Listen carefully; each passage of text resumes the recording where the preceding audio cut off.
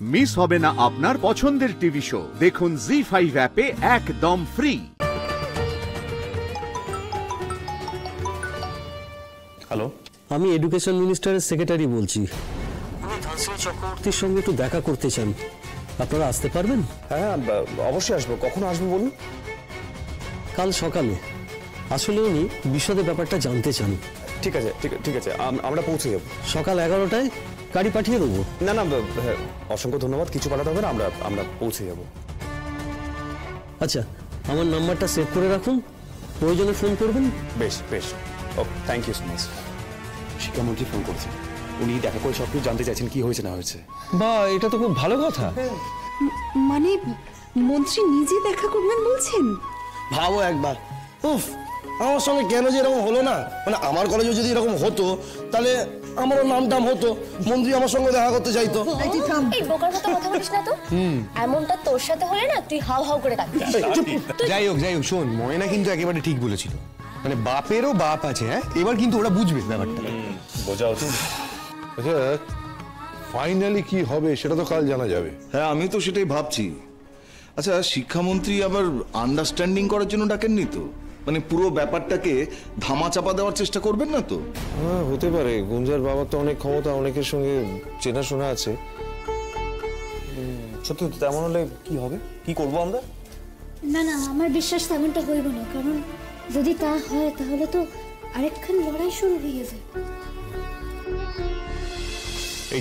এই ফাইলটা আমরা কলেজে জমা দিয়েছিলাম। এইখানে সমস্ত কিছু প্রমাণ টমান রয়েছে, একবার একটু চেক করে দেখুন না স্যার, এই প্রমাণগুলো কি যথেষ্ট নয়?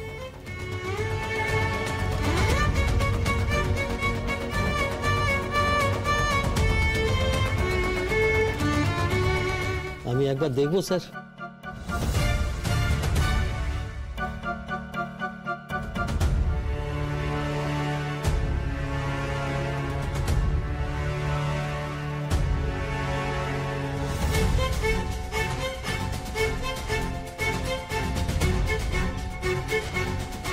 কি বুঝলেন?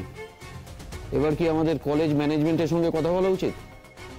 আপনারা তো হকগুলটাই দেখলেন, এবার আপনারাই বিচার করেন যে আমাদের লগে অন্যায় হয়েছে না হয় নাই।